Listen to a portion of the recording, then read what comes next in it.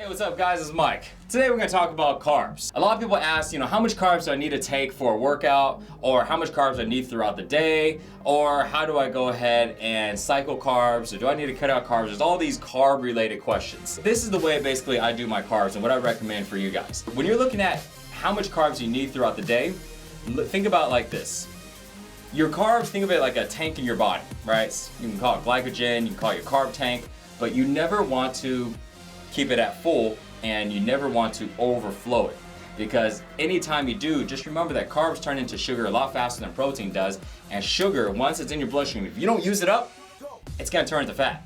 So you never want to be put into that position. You don't want to be like, oh crap, I just ate all this, like you eat a cheat meal and you're like, oh crap, let me do 50 burpees or crunches or something really quick and trying to burn it off. What you want to do is you never want to go overboard on your carbs. You want to keep your carb tank at half or a quarter. Well, how do you know how much is half and how much is a quarter? Generally, this is usually what I do.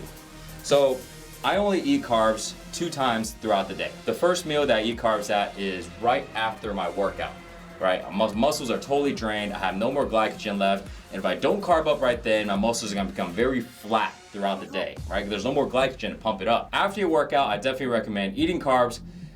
Fill up your carb tank. Again, never at full, because then you are inclined to have to burn it off. For me, I usually eat about a cup of brown rice when it comes to carbs, but I always do it in a full meal. So every one of my meals have protein, vegetables, and carbs. So brown rice. So I eat a full meal like that. I do that after my workout, and then I try to go pretty much very, very, very low carb throughout the day. That means my meals will consist of protein and vegetables and all my meals are structured with brown rice in it. So a lot of times I just go ahead and throw out the brown rice. So I have like maybe a little bit left, like this much. If I had to count, I would say 15 grams of carbs or something like that, right? Excluding the vegetables. So it keeps it really, really low. So it excludes a lot of chance of any of those carbs turning into sugar too quick and going to your bloodstream, making you fat. Now the next time that I carb up though would be at night. Because personally for me, I work out every single morning because it's easier for me to get it done that way. And then right after my workout, I carb up. I go the rest of the day with very, very little low carbs. And then at night, when my carb tank is almost drained to empty, right? I'm fatigued, I'm drained, I want to relax, let your body recover.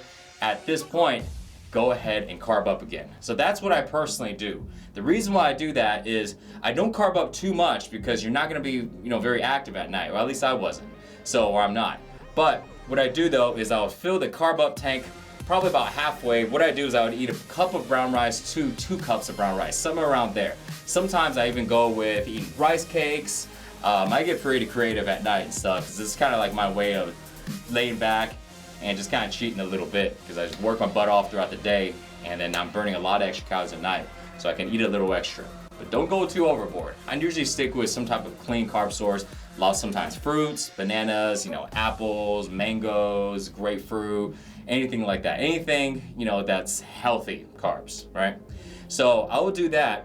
Not overfill your carb tank. You just never want to do that. But fill it up to where I'm almost about halfway to where I'm, almost to 3/4, almost full. From there, if I go to bed, I would wake up the next morning close to empty, right? Why? Because throughout the night, when I sleep for 7 hours, 8 hours, your body's recovering and it's also using up a lot of the carbs. So I wake up in the morning, pretty much what you want to do is you want to wake up in the morning at empty, but all of your carbs are being used already and they're filled up in your muscles. So this way, when you do your workout the next day, if you're like me and you do it in the morning, you're carbed up even though you're on empty, right? Does that make sense? Because you have carbs in your muscles, but you don't have any sitting in your stomach anymore. It's all digested and it's going into your system to let it work. So that's how basically I go ahead and cycle my carbs and make sure I never go overboard with it. If you cut out your carbs completely, you're just gonna be drained throughout the day. All the time, your muscles are gonna be really flat and you're gonna be drained. And if you eat carbs every single meal and eat too much of it without being very active, you're gonna find it very, very difficult to drop weight after a certain time, depending on what type of diet you're currently eating. So if you're eating like total junk food or stuff like that, or a lot of takeouts and stuff, burgers, fries, all the bad stuff, then you can cut to a very healthy meal of protein, carbs like brown rice and vegetables, and you're gonna drop weight. But at that point, once you get to where you're eating very clean already, right? You have your protein, you have your carbs, you have your veggies.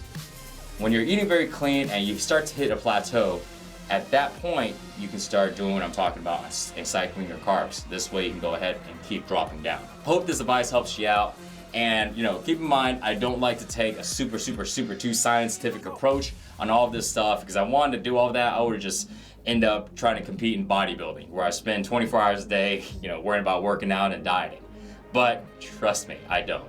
Not even close, So this is a way to go ahead and still eat healthy, still stay lean and drop weight, but kind of clear up some of the misconceptions on how much carbs to eat and things like that. Just keep in mind, here's one more note I want to leave with you guys, which is, this is a key point. Your body's not always gonna just run on carbohydrates. I don't think a lot of people realize, but your body runs on fat also. It's kind of like the paleo diet approach, Back in the days, caveman days, they didn't have bread, and stuff like that. They just had, grains and pretty much seeds, but most of their diet is basically from meat and vegetables, right? Things that grow.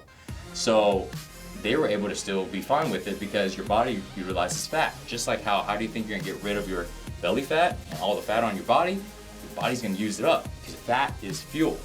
So when you're low on carbs, that doesn't mean you're low on fats. You can still eat fats, healthy fats, and that is where a lot of your energy is gonna come from. Okay, so kind of keep that in mind. All right, so more workouts, more nutrition, and more information on how to go ahead and eat right to get super lean and ripped. SixPackShortcuts.com. See y'all guys there. Peace.